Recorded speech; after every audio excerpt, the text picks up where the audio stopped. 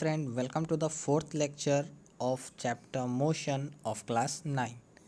और आज हम लोग बात करेंगे distance, displacement, speed, velocity, acceleration और रिटार्डेशन के बारे में। तो चलिए स्टार्ट करते हैं। सबसे पहले हम लोग बात करेंगे डिस्टेंस की। तो डिस्टेंस क्या है? देखो, कहता है टोटल पाथ लेंथ। तो क्या है distance? Distance total path length है, यानी जितना दूर आप चले हैं उसको सिंपली ऐड कर दो तो आपका डिस्टेंस निकल जाएगा। इसकी एसआई यूनिट क्या है? एसआई यूनिट इसकी मीटर है, यानी कि डिस्टेंस को हम लोग मीटर में नापते हैं। ठीक है। और कहता है यह एक स्केलर क्वांटिटी है। ठीक है। तो पहले समझ लो कि डिस्टेंस को नापते कहता है, जैसे कि कोई व्यक्ति यहाँ पर खड़ा है। ठीक, यहाँ से वो गया, यहाँ मानते हैं ये 5 मीटर, फिर वो यहाँ से सिंपली इधर मुड़ गया, वो 10 मीटर, फिर वो यहाँ से यहाँ आ जाता है, अगेन 6 मीटर। ठीक है। तो इसकी टोटल पाथ लेंथ क्या होगी? तो 5 + 10 + 6 यानी कि टोटल 21 मीटर। ठीक है। तो यही है उसकी total path length. Simple algebra से आप कैलकुलेट कर सकते हो, इसमें वेक्टर अलजेब्रा लगाने की कोई आवश्यकता नहीं है। तो होप कि आपको यहाँ क्लियर हो गया हो। अब आगे चलते हैं और हम लोग बात करेंगे अब डिस्प्लेसमेंट की।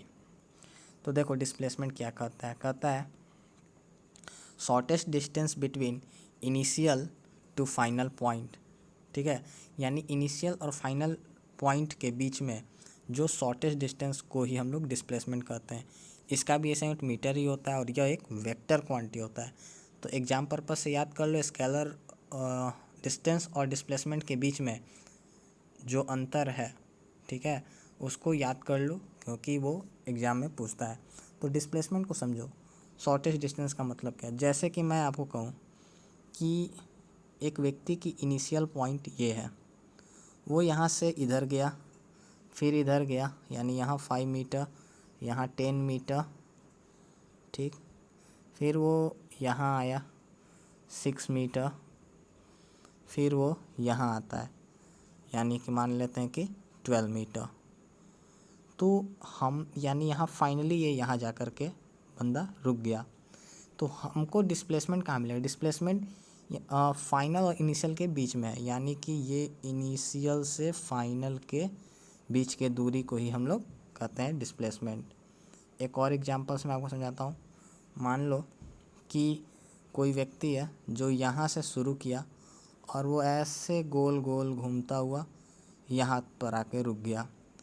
तो अब यहाँ पे जो देखो, इस दोनों पॉइंट के बीच में इनिशियली यहाँ से शुरू किया था, ठीक है, इनिशियली यहाँ से शुरू किया था, फाइनली यहाँ आकर रुका है। तो इस दोनों के बीच के जो गैप को ही हम लोग कहते हैं डिस्प्लेसमेंट। ठीक है। तो होप कि आपको यहाँ क्लियर हो गया हो। एक मैं सवाल दे देता हूँ, उसको आप लोग कमेंट बॉक्स में हल करना।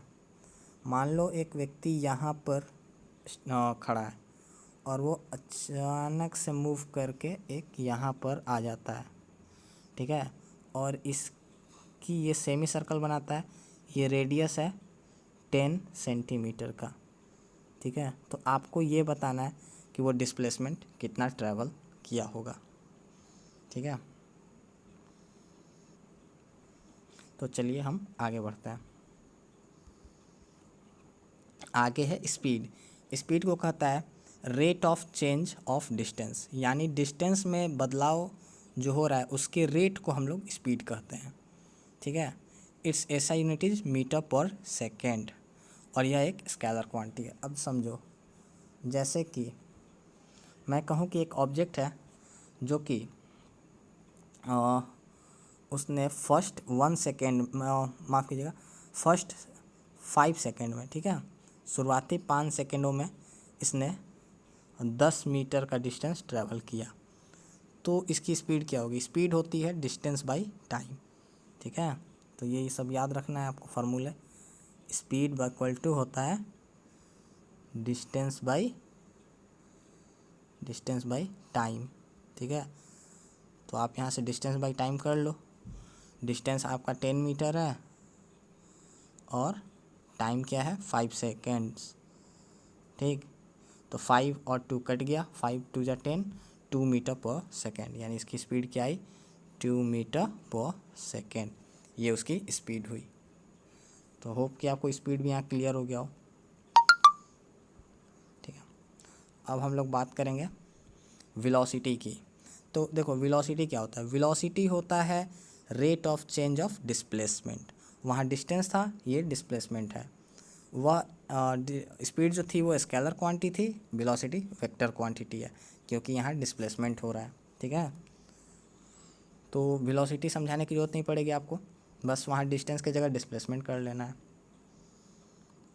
अब बात करते हैं एक्सीलरेशन की। कहता है rate of change of velocity.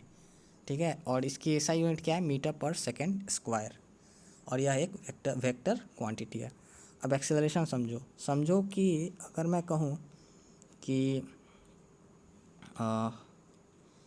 Black ले लेता हूँ, नहीं ब्लैक नहीं, ग्रीन ले लेता हूँ। ठीक है, अब मैं कहूँ कि कोई व्यक्ति है जो इनिशियली यहाँ से यहाँ 20 मीटर पर सेकेंड के स्पीड से मूव कर रहा था। ठीक है, वो 5 सेकेंड के बाद, ठीक, उसकी स्पीड जो हो जाती है, उसकी स्पीड हो जाती है 30 मीटर पर सेकेंड। तो उसकी स्पीड में क्या बदला हुआ, 20 से वो बदल करके क्या हो गया, 30 हो गया। ठीक है, 5 सेकेंड के अंदर।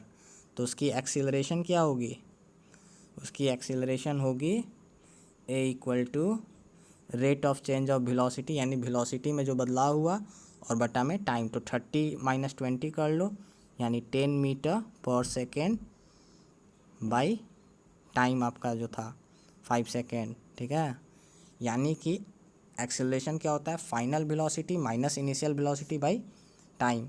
यानी कि कोई स्टार्ट किया मान लो 10 की स्पीड से, और वो कुछ 4 सेकेंड के बाद वो 20 हो जाता है, तो उसके स्पीड में कितना बदलाव हुआ, 20 माइनस 10, यानी 10 का बदलाव हुआ, और 10/4 आप कर दोगे तो वहाँ से एक्सेलरेशन निकल जाएगा। तो होप कि आपको क्लियर हो गया हो। अब कहता है नोट करके, negative of acceleration is retardation. यानी एक्सेलरेशन अगर निगेटिव में आता है तो आप उसको रिटार्डेशन कहोगे। और निगेटिव कब आएगा, जब आपका फाइनल वेलोसिटी इनिशियल से कम हो। यानी आपने स्टार्ट तो किया था 20 मीटर प्रति सेकंड से, लेकिन वो घट करके अब 16 हो जाए या 15 हो जाए। और ऐसा कब होगा, जब आप ब्रेक अप्लाई करोगे।